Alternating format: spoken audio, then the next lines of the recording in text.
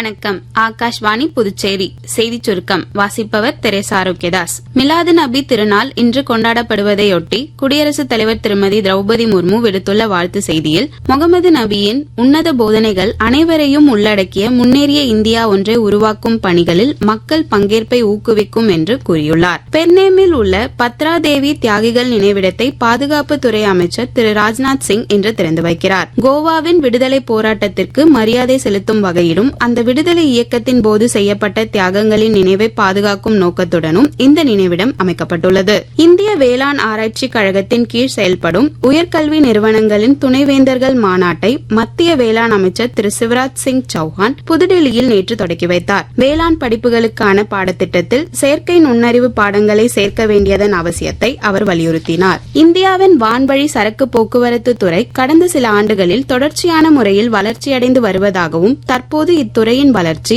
40% அதிகரித்திருப்பதாகவும் மத்திய சிவில் விமான போக்குவரத்து அமைச்சர் திரு ராம்மோகன் நாயுடு கூறியுள்ளார்.